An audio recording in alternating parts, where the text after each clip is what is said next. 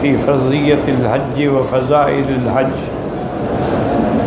في الوعظ والإرشاد. الحمد لله وكفى، والصلاة والسلام على خاتم الأنبياء سيدنا وحبيبنا محمد المصطفى وعلى آله المجتبى وأصحابه النجبى. اللهم صل على سيدنا محمد النبي الأمي الهاشمي وعلى آله وأصحابه نجوم الهدى. أما بعد، فقد قال الله تبارك وتعالى في القرآن المجيد والفرقان الحميد: أعوذ بالله من الشيطان الرجيم، بسم الله الرحمن الرحيم.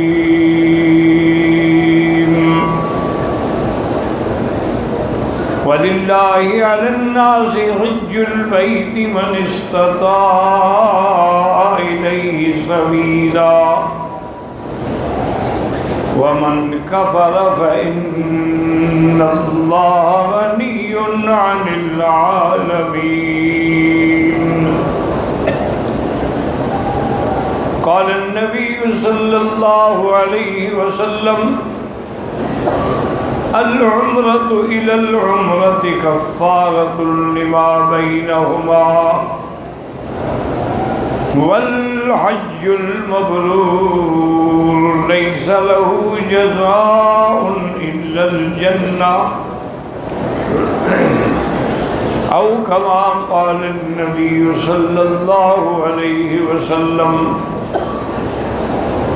صدق الله العلي العظيم، وصدق رسوله النبي الكريم، ونحن على ذلك لمن الشاهدين ومن الشاكرين، والحمد لله رب العالمين.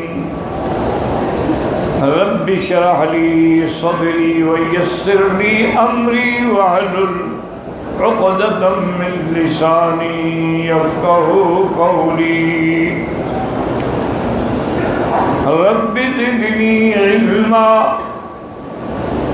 سبحانك لا علم لنا إلا ما علمتنا،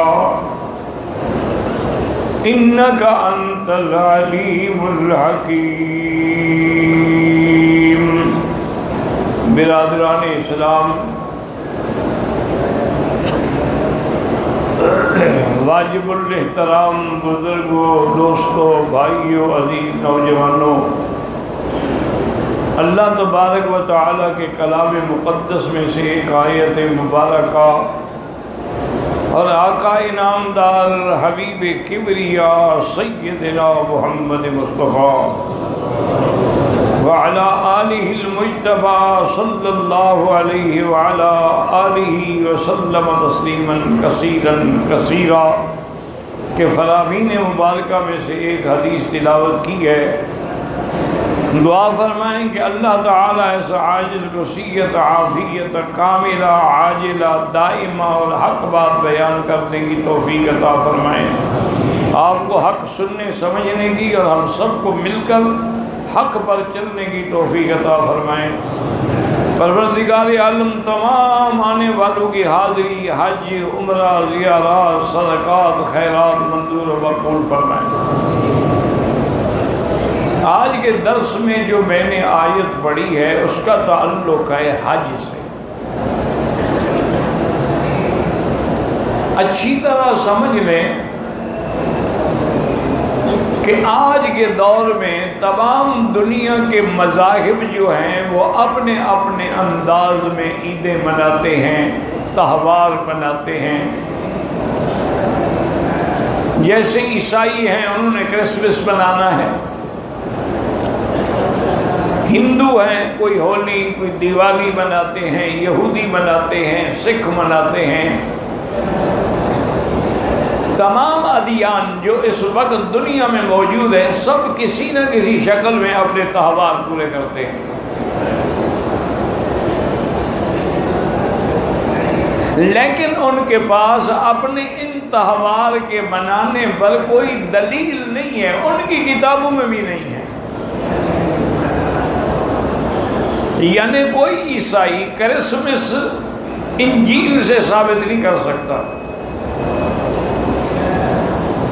کوئی ہندو ہولی دیوالی کے تہوار اپنے وید جو ہیں ان سے ثابت نہیں کر سکتے، کوئی سکھ گرنتھ سے ثابت نہیں کر سکتے، یعنی ان کے پاس کوئی دلیل نہیں ہے کہ رواج ہے چلا آ رہا ہے، باپ دادے کے انداز پہ وہ کر رہے ہیں۔ جیسے مشرکین مکہ کہتے تھے کیوں بتوں کی پوجا کرتے ہو؟ کہا انا وجدنا آبانا، ہمارے باپ دادا جو کرتے تھے ہم بھی اسی کے راستے پہ چل رہے ہیں۔ لیکن الحمدللہ ثم الحمدللہ اسلام اتنا عظیم دین ہے، جامع معنی کامل مکمل، کہ اس کا ہر حکم جو ہے اس پہ دلیل ہے۔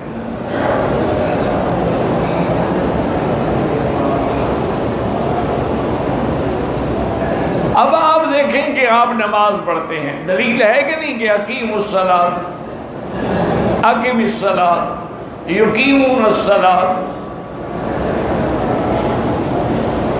اسی طرح زکوٰۃ ہے تو اللہ کے قرآن میں حکم ہے کہ آتوا الزکوٰۃ خذ من اموالہم صدقۃ تطہرہم بہا، دلیل ہے۔ اسی طرح حج ہے، یہ نہیں ہے کہ ہم نے خود ایک میلہ بنا رکھا ہے، باقی حج کے لیے اللہ کا قرآن بھی ہے، فرمان محمد مصطفیٰ بھی ہے، اجماع امت بھی ہے اور تعامل امت بھی ہے۔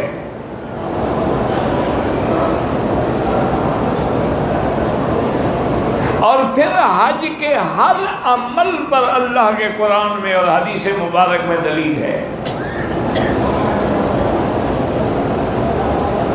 جیسے اللہ نے فرمایا وَلِلَّهِ عَلَى النَّاسِ حِجُّ الْبَيْتِ مَنِ اسْتَطَاعَ إِلَيْهِ سَبِيلًا۔ اللہ نے فرمایا کہ خالص اللہ کے لیے بغیر ریا سمعت شہرت کے لوگوں پر اللہ نے حج فرض کر دیا ہے، لیکن صرف ان پہ جو اس راستے کی طاقت رکھتے ہیں، یعنی ہر بندے پہ فرض نہیں ہے، صرف ان بندوں پہ فرض ہے جو طاقت رکھتے ہیں۔ کیا مانا کہ گھر کے خرچے کے بعد اپنے گھر سے آ کے مکہ مبارک اور حج کے ارکان ادا کر کے واپس جانے تک خرچہ موجود ہے، اور پھر حج جو ہے زندگی میں ایک دفعہ فرض ہے۔ اسی طرح حدیث میں حضور نے فرمایا ان اللہ فرض علیکم الحج فحجوا، اللہ نے حج فرض کر دیا ہے، حج کرو۔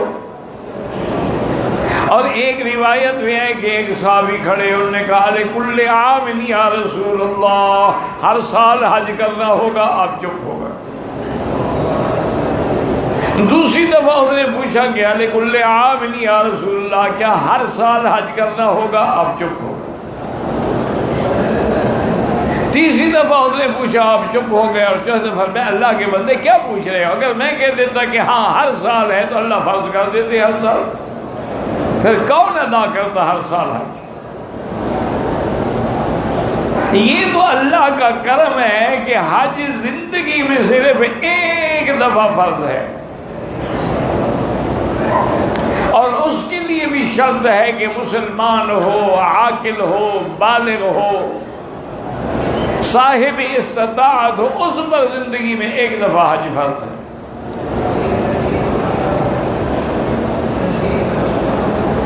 اور یہ بھی بتلا دیا کہ حج کہاں کا فرض ہے، حج البیت، اس گھر کا حج ہے، اللہ کے کعبے میں آنا ہے۔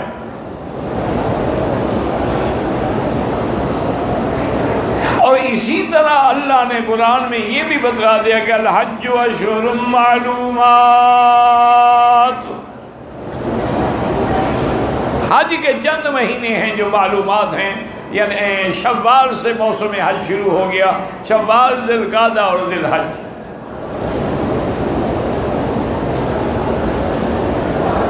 اب یہ بھی ہمیں پتہ لگ گیا کہ حج کے مہینے ہیں، اور اسی طرح اللہ نے ہمیں یہ بھی حکم بتلا دیا کہ حج میں آنے کے بعد طواف جو ہے فرمایا وَلْيَطَّوَّفُوا بِالْبَيْتِ الْعَتِيقِ، اللہ کے گھر کا طواف کریں۔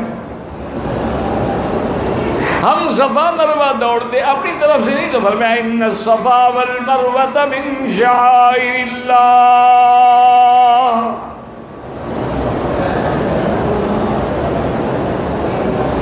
اسی لیے میرے آقا نے جب صفا کی طرف جانے لگے فرمایا ابدأ کما بدأ بہ اللہ، جیسے کہ اللہ نے حکم دیا ہے۔ ان الصفا والمروہ من شعائر اللہ، یہ بھی بتلا دیا کہ ابتدا صفا سے ہوگی اور ختم مروہ پہ ہوگی۔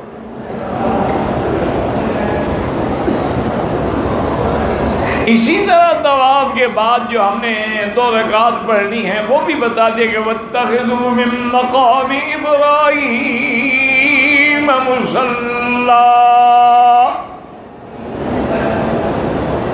کہ مقام ابراہیم کو نماز کی جگہ پکڑو اور 2 رکعت وہاں پڑھو۔ یہ الگ بات ہے کہ وہاں جگہ نہ ملے تو پھر پورے حرم میں کہیں بھی پڑھ سکتے ہیں، یہ بھی اللہ نے قرآن میں بتلا دیا۔ اب اسی طرح مینا ہے، عرفات ہے، مزدلفہ ہے، وہ بھی ہم نے نہیں بنایا ہے۔ حضرت ابراہیم نے درخواست کی تھی کہ ربنا ارنا مناسکنا وتب علینا انک انت التواب الرحیم۔ ان کو تمام مناسک اور مشاعر دکھلائے گئے، اور اللہ تبارک و تعالی نے ہمیں بھی فرمایا وَاذْكُرُوا اللَّهَ فِي أَيَّامٍ مَّعْدُودَاتٍ، یہ بھی فرمایا لَيْسَ عَلَيْكُمْ جُنَاحٌ أَن تَبْتَغُوا فَضْلًا مِّن رَّبِّكُمْ، اگر حج کے دنوں میں تم کوئی رزق کمانا چاہتے ہو، مزدوری کر رہے ہو، ڈیوٹی کر رہے ہو، کوئی چیز بیچ رہے ہو، خرید رہے ہو، وہ جائز ہے۔ فَإِذَا أَفَضْتُم مِّنْ عَرَفَاتٍ، جب عرفات سے چلو، اب عرفات بھی قرآن میں آیا، میرا اللہ پھر وہاں سے کہاں آئیں گے؟ فرمایا وَاذْكُرُوا اللَّهَ عِندَ الْمَشْعَرِ الْحَرَامِ، مزدلفہ، اس کا ذکر بھی قرآن میں آیا۔ یا اللہ مینا میں ہم نے آنے کے بعد جو ہے، مزدلفہ میں آنے کے بعد پھر کیا فرمایا یوم الحج الاکبر، حج الاکبر کیا ہے؟ 10 تاریخ۔ اب پھر 11 اور 12 کے بارے میں وہ بھی قرآن میں فَمَن تَعَجَّلَ فِي يَوْمَيْنِ فَلَا إِثْمَ عَلَيْهِ وَمَن تَأَخَّرَ فَلَا إِثْمَ عَلَيْهِ لِمَنِ اتَّقَىٰ، اگر کوئی 2 دن یعنی 11 12 کی کنکریاں مار کے آ جائے تو کوئی گناہ نہیں،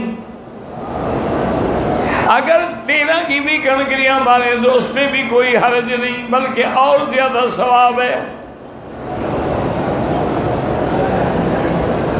یعنی حج کا کوئی رکن، کوئی فرض ایسا نہیں جس کا ذکر اللہ کے قرآن میں نہ ہو یا حضور کی حدیث میں نہ ہو۔ حضور صلی اللہ علیہ وسلم سے پوچھا گیا کہ افضل العمل کیا ہے، تو آپ نے فرمایا کہ الجہاد فی سبیل اللہ۔ اس کے بعد پوچھا کہ انہوں نے کہا الحج، اللہ کے راستے میں حج کرنا جو ہے وہ سب سے افضل عمل۔ اسی طرح انہوں نے یہ بھی فرمایا کہ جو بندہ حج کرتا ہے اس کے سارے گناہ جو ہے وہ معاف ہو جاتے ہیں۔ اسی طرح حضور نے یہ بھی فرما دیا کہ الحج عرفہ، حج عرفات کا نام ہے۔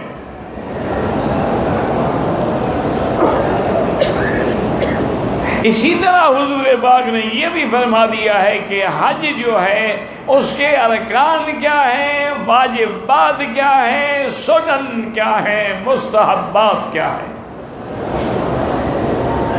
یعنی الحمدللہ حاجی و مبارک ہو، تمہارے حج کے فریضے میں ہر حکم پہ اللہ کے قرآن کا حکم ہے یا مدنی مصطفیٰ کا فرمان۔ یہ کوئی دنیا کا مذہب مقابلہ نہیں کر سکتا، کوئی ان کے پاس دلیل نہیں۔ اور ساتھ یہ بھی بتلا دیا ہے کہ حج تو اللہ نے فرض کیا ہے، اور اسباب کی حد تک اللہ نے جب اللہ کا گھر بن گیا تو اب حضرت ابراہیم کو حکم دیا کہ لوگوں کو بلاؤ حج کے لیے، اعلان کرو کہ اللہ کا گھر بن گیا ہے، لوگوں حج کے لیے آؤ۔ ابراہیم الخلیل نے عرض کیا کہ یا اللہ میری آواز کون سنے گا، میں اونچی سے اونچی جگہ پہ بھی کھڑا ہو جاؤں تو یہ مکے والے بھی میری آواز نہیں سن سکتے۔ اللہ نے فرمایا خلیل میں نے حکم دیا ہے، آواز دینا تیرا کام ہے، پہنچانا میرا کام ہے۔ یہ بھی قرآن میں آیا وَأَذِّن بِالنَّاسِ بِالْحَجِّ يَأْتُوكَ رِجَالًا وَعَلَىٰ كُلِّ ضَامِرٍ يَأْتِينَ مِنْ كُلِّ فَجٍّ عَمِيقٍ۔ ابراہیم اذان اعلان کرو، اور تمہارے اعلان پر لوگ ساری دنیا سے، اقطار عالم سے دوڑے آئیں گے، اونٹوں پہ بھی آئیں گے، پیدل بھی آئیں گے۔ حتیٰ کہ بعض روایات میں ہیں اللہ نے ابراہیم کی آواز کو مشارق الارض و مغاربہا، دنیا میں جتنی مخلوق ہے سب تک پہنچایا، حتیٰ کہ کوئی بچہ ماں کے پیٹ میں تھا اس کو بھی اللہ نے سنوا دیا۔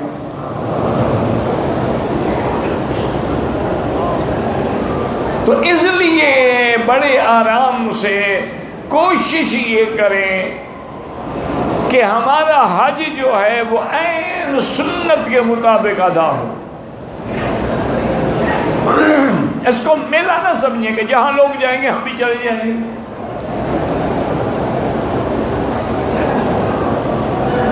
سب سے پہلا کام تو یہ کریں کہ جن کو بھی اللہ توفیق دے 2 رکعت نماز پڑھ کے دن میں، رات میں، گھر میں، حرم میں، ہوٹل میں توبہ کریں اپنے سارے گناہوں سے، تاکہ توبہ کرنے سے اللہ سارے گناہ معاف کر دیتے ہیں۔ اور خود حکم دیتے ہیں کہ توبوا الی اللہ، لوٹ آؤ میری طرف، انیبوا الی ربکم، اپنے رب کی طرف آؤ۔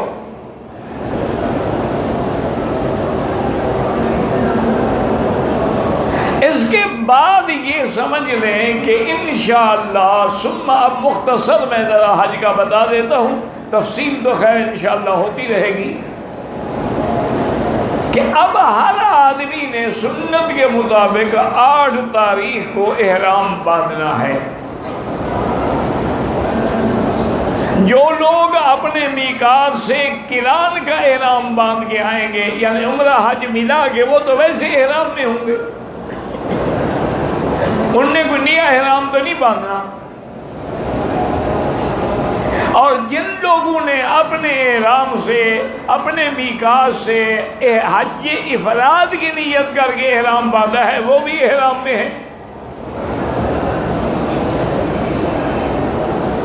اور جو لوگ جو ہیں تمتع والے ہیں، یعنی اشہر حج میں عمرہ بھی بھی کر لیا ہے اور اب حج بھی کریں گے، اس کو کہتے ہیں تمتع۔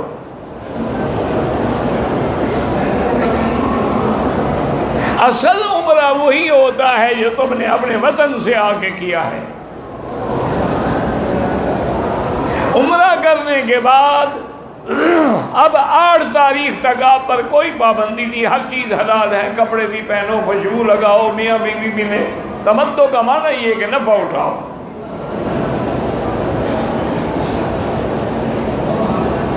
تو اب تمتع والے ہیں یا مکے والے ہیں یا جدے، یعنی جو بھی میقات کے اندر ہیں، سب 8 تاریخ کو احرام باندھے ہیں۔ اور احرام کا طریقہ کیا ہے کہ غسل کریں، غسل کرنے کے بعد اپنے بدن پہ خوشبو لگائیں، کپڑے کو نہ لگائیں۔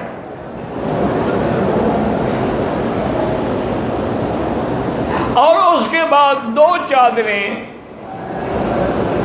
مرد کے لیے افضل یہ ہے کہ 2 چادریں ہوں، سلی ہوئی بھی نہ ہوں اور سفید ہوں، یہ افضل ہے۔ نہیں ہے سفید، لنگی ہے کوئی بات نہیں، تولیہ ہے کوئی بات نہیں، ایک چادر ہے ایک لنگی ہے تب بھی کوئی بات نہیں، لیکن افضل یہ ہے کہ 2 چادریں ہوں، سفید ہوں اور سلی ہوئی نہ ہوں۔ لیکن اگر کسی چادر میں سلائی ہوتی ہے جیسے اس کے کنارے پر یا درمیان میں، وہ اس کا بھی کوئی حرج نہیں۔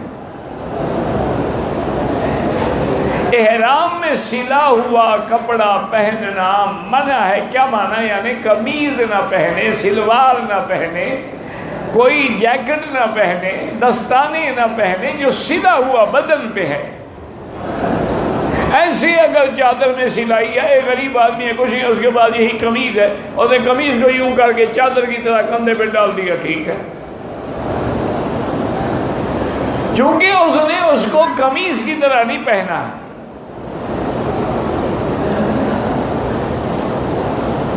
اور جتنی عورتیں ہیں میری بیٹیاں بہنیں،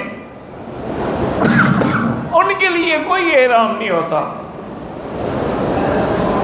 جو بھی کپڑے ان میں پہنے ہوئے ہیں اسی میں وہ نیت کر دیں گے۔ یہ جو سفید کپڑا پہنتی ہیں، باندھتی ہیں، یہ بھی چلو بال نہ کھلیں، کسی کی بالوں پہ نظر نہ پڑے، لیکن یہ یاد رکھیں کہ بہت ساری میری بیٹیاں جو ہیں نماز پڑھتی ہیں تو مسا اس کے اوپر کر دیتی ہیں، نہ وضو ہوگا نہ نماز ہوگی، کیونکہ وہ شریعت کا کوئی حکم نہیں، نہ کوئی زخم ہے کہ پٹی بندھی ہوئی ہے، وہ اتار کے مسا کریں گی۔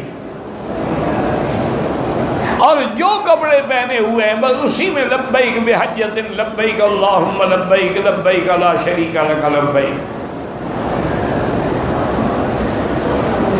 اب حج کے احرام سے پہلے 2 رکعت پڑھنا جو ہے یہ سنت ہے، ثواب ہے، کوئی نہ بھی پڑھے تو کوئی ضروری نہیں۔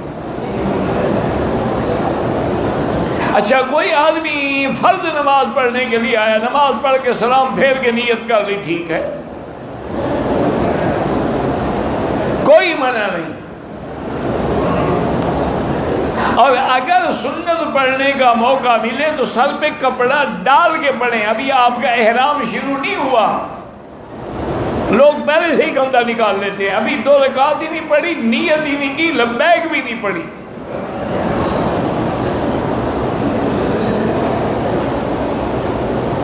اس کے بعد جو ہے سر سے کپڑا اتار کے کم از کم 3 دفعہ لبیک اللہم لبیک لبیک لا شریک لک لبیک ان الحمد والنعمت لک والملک لا شریک، کم از کم 3 دفعہ مرد زور سے پڑھیں، عورتیں ایسا پڑھیں، لیکن پڑھیں لازماً، مرد بھی اور عورتیں بھی۔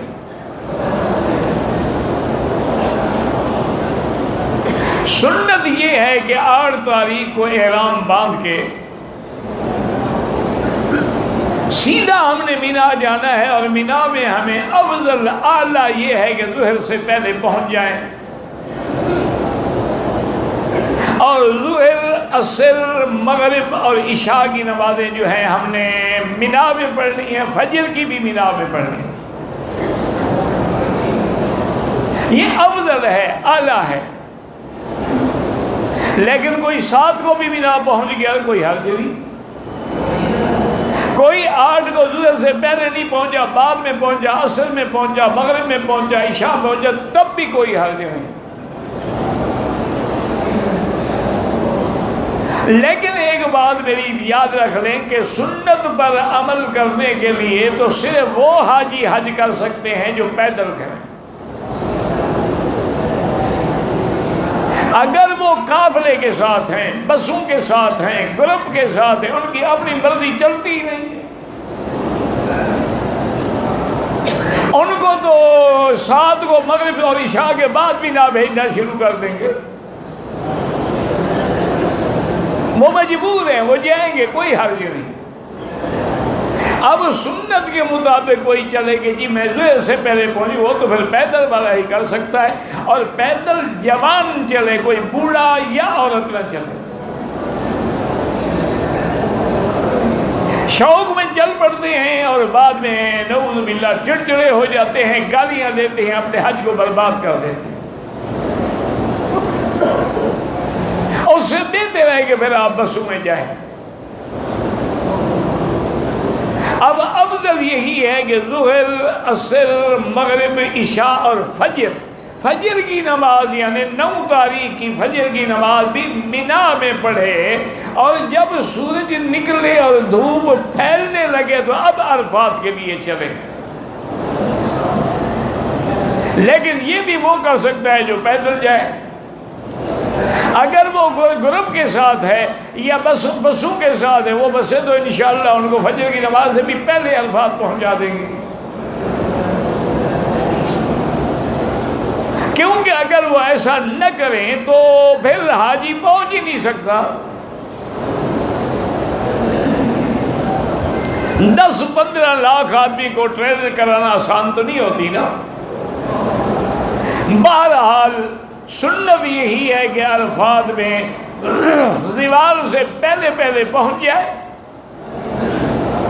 باقی جس وقت بھی پہنچے انشاءاللہ وہ حاجی ہے۔ زوال کے بعد حج کا وقت شروع ہو جائے گا، یوں سمجھ لیں ظہر کے بعد۔ اب آپ نے 2 نمازیں جو ہیں وہ عرفات میں پڑھنی ہے، ایک ظہر کی اور ایک عصر کی۔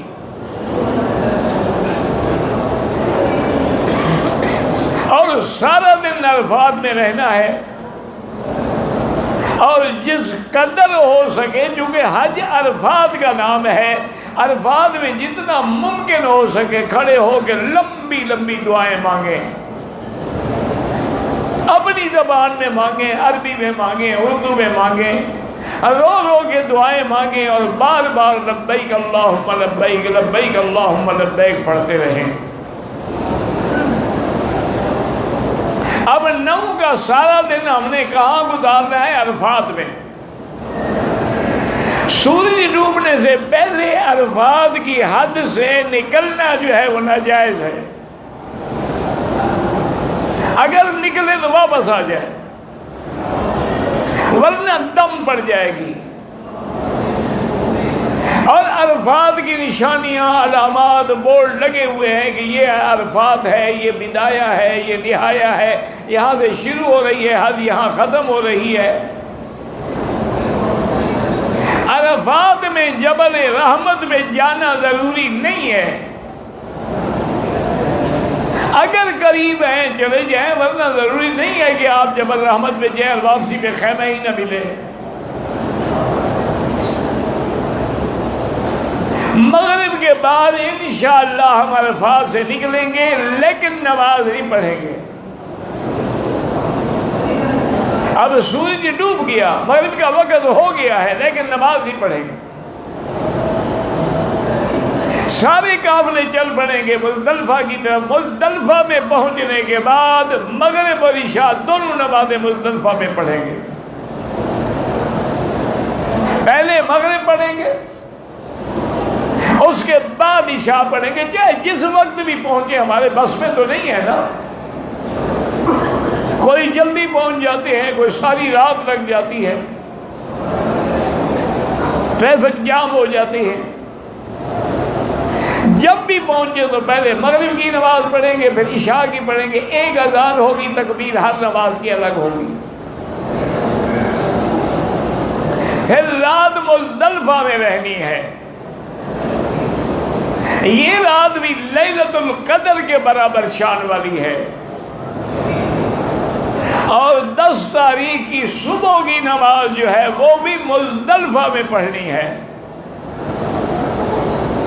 نماز پڑھ کے کھڑے ہو کے لمبی لمبی دعائیں کریں اور پھر مینا کی طرف چل پڑیں۔ کنکریاں مزدلفہ سے اٹھا لیں، کوئی ضروری نہیں ہے، ورنہ 7 کنکریاں اٹھا لیں جو پہلے دن آپ نے باندھی ہیں، باقی کنکریاں کہیں سے بھی آپ اٹھا سکتے ہیں، ساری وہاں سے اٹھا لیں تب بھی جائز ہے۔ اب 10 تاریخ کو ایک بات یہاں یہ بھی یاد رکھ لیں کہ اگر عورتیں ہیں، ضعیف ہیں، بیمار ہیں، مریض ہیں، بوڑھے ہیں، بچے ہیں، یا ڈیوٹی والے لوگ ہیں جن کی حرم میں ڈیوٹی ہے یا ڈاکٹر ہسپتالوں میں ڈیوٹی ہے، وہ مزدلفہ میں 12 بجے رات کے بعد بھی دونوں نمازیں پڑھ چکے ہیں تو رات میں مینا سے چل سکتے ہیں۔ وہ فجر کی نماز مینا میں پڑھیں تب بھی جائز ہے۔ اب مینا میں آنے کے بعد پہلا کام یہ ہوگا کہ جمرۃ العقبہ جو بڑا جمرہ ہے اس پہ 7 کنکریاں ماریں گے، اور کنکری مارتے ہوئے بسم اللہ اللہ اکبر رغما للشیطان وردا للرحمن، بسم اللہ اللہ اکبر رغما للشیطان وردا للرحمن، عربی کا لفظ نہ ہے، اللہ تیری رضا کے لیے اور شیطان کی ذلت کے لیے۔ جمرۃ العقبہ کا معنی یہ ہے کہ بڑا جمرہ، یعنی مینا سے جب آؤ گے تو جو سب سے آخر میں آتا ہے وہ بڑا ہے، پہلے چھوٹا آئے گا، پھر درمیانہ، پھر بڑا۔ جب آپ نے کنکریاں مار لی ہیں، اب دوسرا کام آپ نے کیا کرنا ہے کہ قربانی کرنے کے بعد تیسرا کام آپ نے کیا کرنا ہے کہ سر پہ اس طرح پھروائیں، سب سے افضل ہے کہ اس طرح پھروائیں۔ حضور پاک نے اس طرح پھروانے والوں کے لیے 3 دفعہ دعا کی ہے۔ اگر بال بڑے ہیں تو وہ کٹوا بھی سکتا ہے، لیکن سارے سر کے بال کٹوائے، یہ نہیں کہ ٹوک لگائے۔